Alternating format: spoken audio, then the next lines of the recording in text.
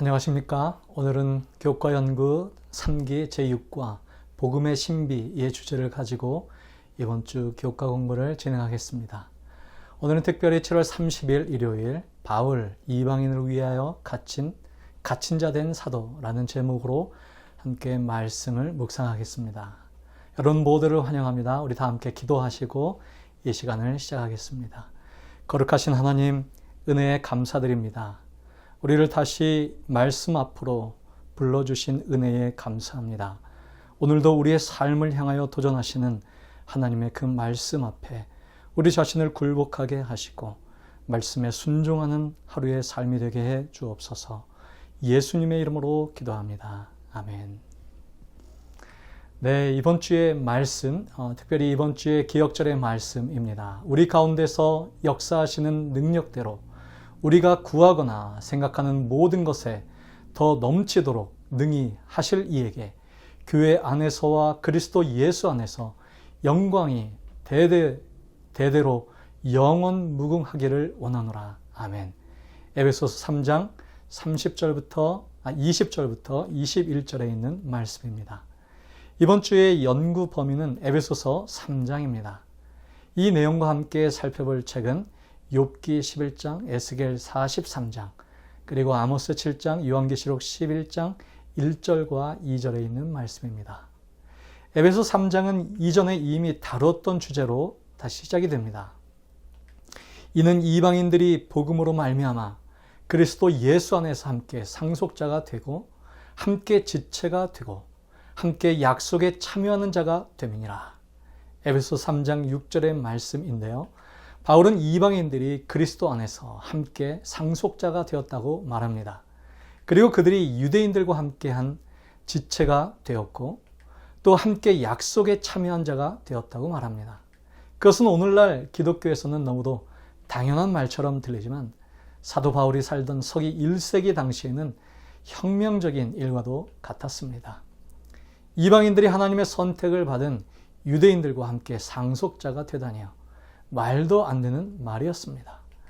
하나님의 복음이 아무런 인종적 편견 없이, 민족적 편견 없이 모든 족속, 방언, 백성에게 퍼져나가야 하는 것이 하나님의 뜻이었지만 사실 그 장벽을 넘는 것이 그리 쉬운 일은 결코 아니었습니다. 제가 예전에 알라바마에 살았었는데요. 그 알라바마 옆에 애틀란타에 가면 스톤 마운틴이라는 곳이 있습니다. 그래서 저희 교우들과 함께 등산도 가고 했던 곳인데요.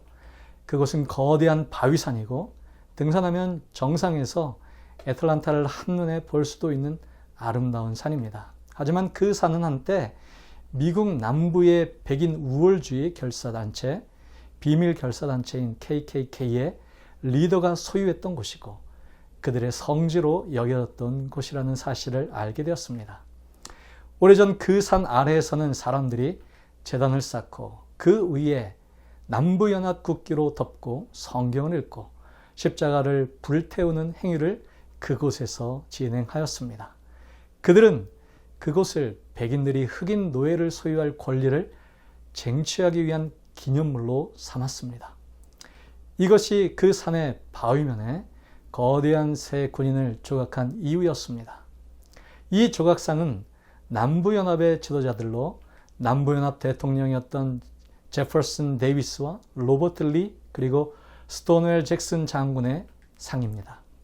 이 조각물의 기획과 자금 조달을 진두지휘했던 헬렌 플레인이라고 하는 사람은 KKK의 멤버였는데 그 조각상을 만든 목적을 이렇게 설명하고 있습니다. 우리를 흑인과 거린의 지배에서 구해준 KKK를 스톤 마운틴에서 불멸하게 만드는 것은 당연하다, 마땅하다라고 생각한다라고 이야기했습니다.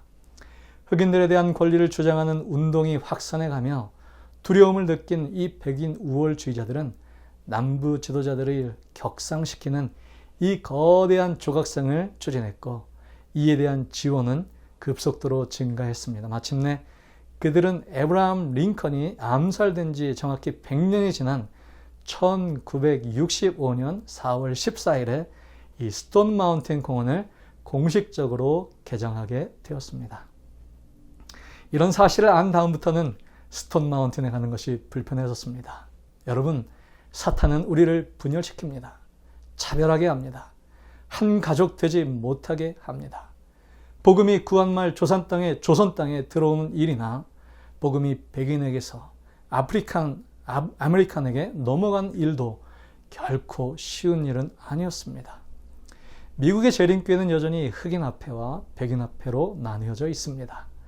서쪽 지역에서는 흑인 합회가 거의 없지만 중동부 지역에서는 흑인 합회가 구성되어져 자체적으로 복음 사명을 흑인들을 대상으로 감당하고 있습니다.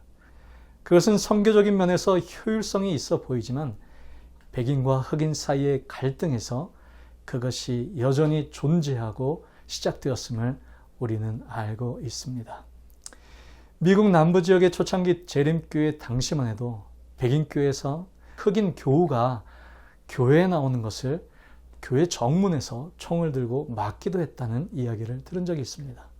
같은 재림교인이었지만 하나님을 믿는 백성들이었지만 서로 간에 참 그리스도인 형제로 받아들이지 못했던 것입니다. 흑인들을 차별하여 교단의 위생병원에서는 그들을 받아들이지 않아서 사망하는 일이 오래전 재림교회 병원의 역사의 기록에도 남아있기도 합니다.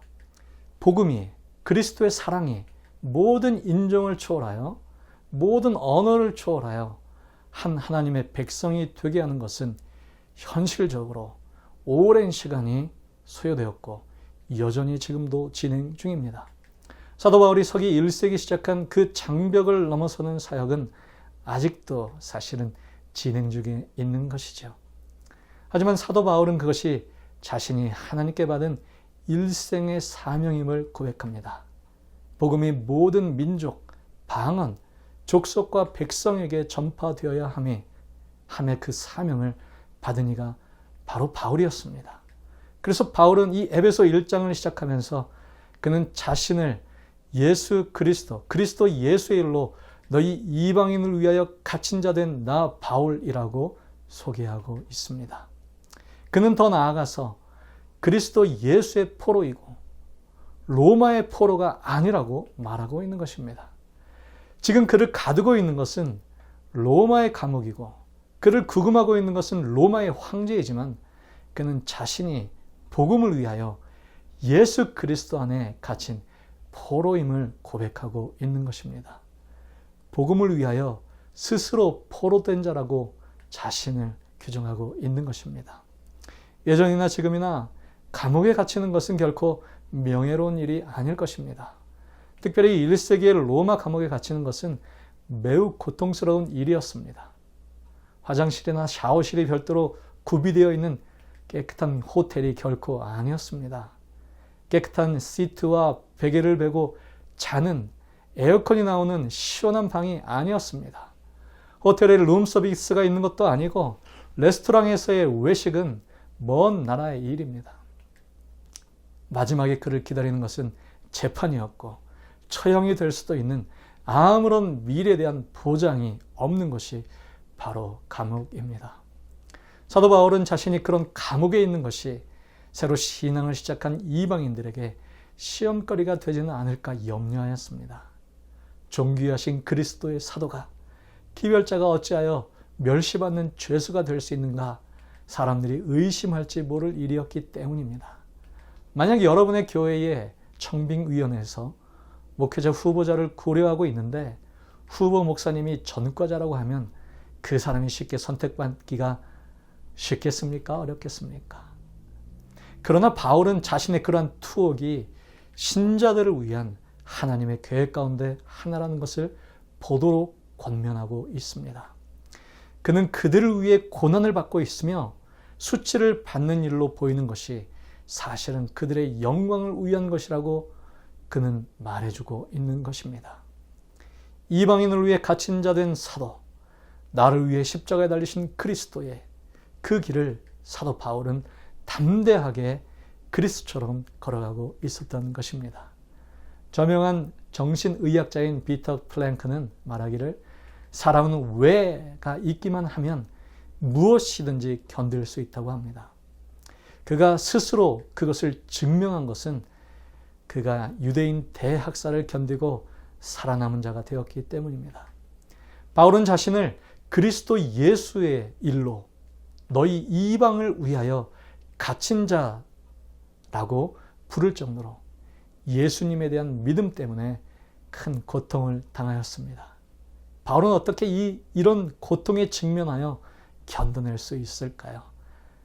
그는 무엇을 견디게 할 수 있는 그 왜라고 하는 질문에 대한 답을 가지고 있었습니다. 바울은 자신의 생명이 하나님의 손 안에 있으며 못자국 난 그분의 손을 먼저 통과하지 않으면 그 어떤 것도 자신의 생명을 해할 수 없다는 사실을 알고 있었습니다. 우리에게도 그런 확신이 있습니까? 오늘 우리가 처한 상황을 하나님의 크신 긍휼과 사랑의 시험장으로 여기시기를 바랍니다. 주의 은혜가 오늘도 우리 주의 백성들과 함께 하시기를 바라며 오늘 교과 공부의 내용을 마치도록 하겠습니다. 우리 다 함께 기도하겠습니다. 거룩하신 하나님, 사도 바울의 삶을 우리가 다시 생각해 봅니다. 이방인을 위하여 갇힌 자 된 바울, 예수 그리스도의 복음을 위하여 갇힌 바 된 바울, 그는 자신의 걸어가야 할 사명을 알았기에 그 어떤 장애물도 두려워하지 않았습니다. 주여, 오늘 우리가 받은 사명에 대하여 우리의 삶은 어떻게 반응합니까? 우리도 사도 바울처럼 담대한 믿음을 가지고 주의 사명을 감당하는 우리 모든 주의 사랑하는 백성들 되도록 하나님 축복해 주옵소서.